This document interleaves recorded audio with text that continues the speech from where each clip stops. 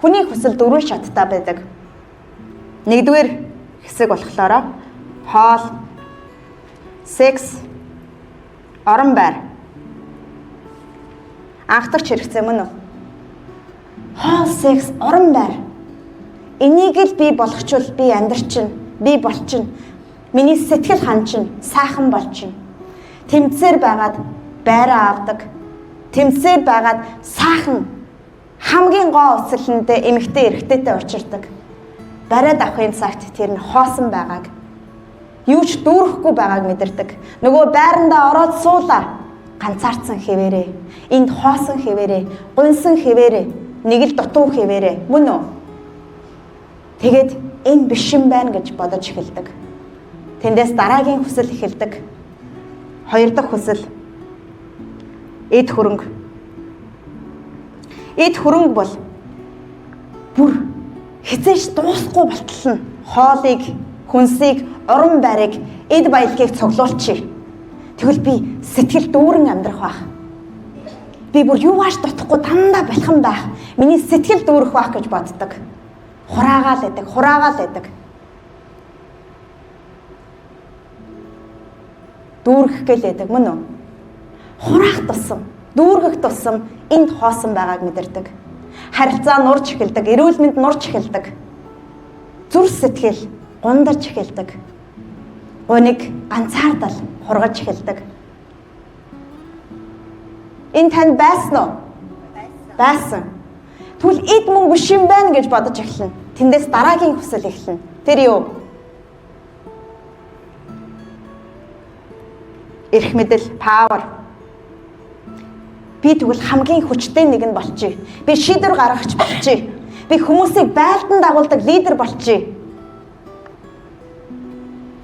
Шийдвэр гаргагч болчих. Эрх мэдлийн төлөөх тэмцэл эхэлдэг.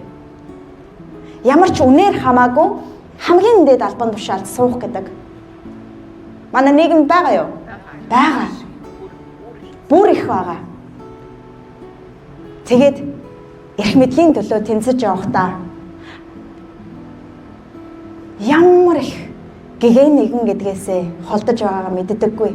Гэхдээ дотор хар, хүйтэн, хоосон ертөнц бий болсон, томорсон хэвээрэл байдаг. Тэрнээс цугтаахын тулд яадгүй арх уун, тамхи татна. Бүх төрлийн донтолтуудад донтно. Харахад хүчрхэг болооч дотор нь эвдэрсэн хүн бий болж эхэлдэг.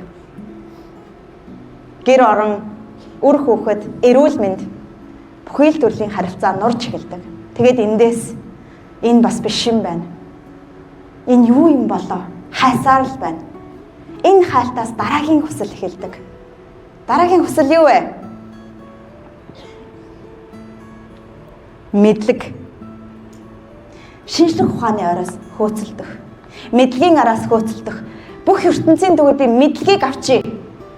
Манай хөтөч нарыг би судлаад үзсэн чинь 2-3 бараг магистрийн зэрэгтэй. Мэдээд дараагийн мэдлэгийнхаа ертөнц рүү дахиад явж идэг. Энэ биш юм байна гэдээ дахиад сурж идэг. Өнөөдөр мэдсэн ч сэтгэл хоосон байгаад байдаг. Мэдсэн ч дүүрэхгүй байгаад байдаг. Тэр мэдрэмж бидний дотор бий болж эхэлдэг. Мэдлэгийг аваад. Энэ мэдлэг чинь бүх амьдралын утга учирыг тайлбарлахгүй байна.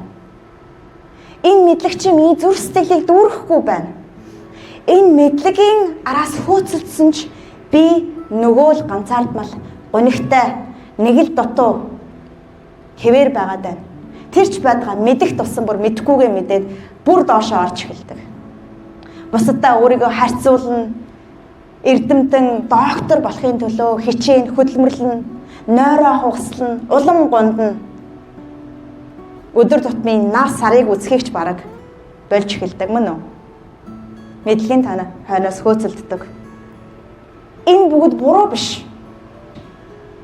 Энэ бүгд хүний хамгийн бага өвдөлтөөр хамгийн их таашаалыг бүтээх гэсэн хүний хүсэл. Бид нар өөрөө тэгж бүтээгдсэн, тийм ДНХ-тэй бүтээгдсэн учраас энийг үүсгэж, дарж, ичээж, гимшээж болохгүй.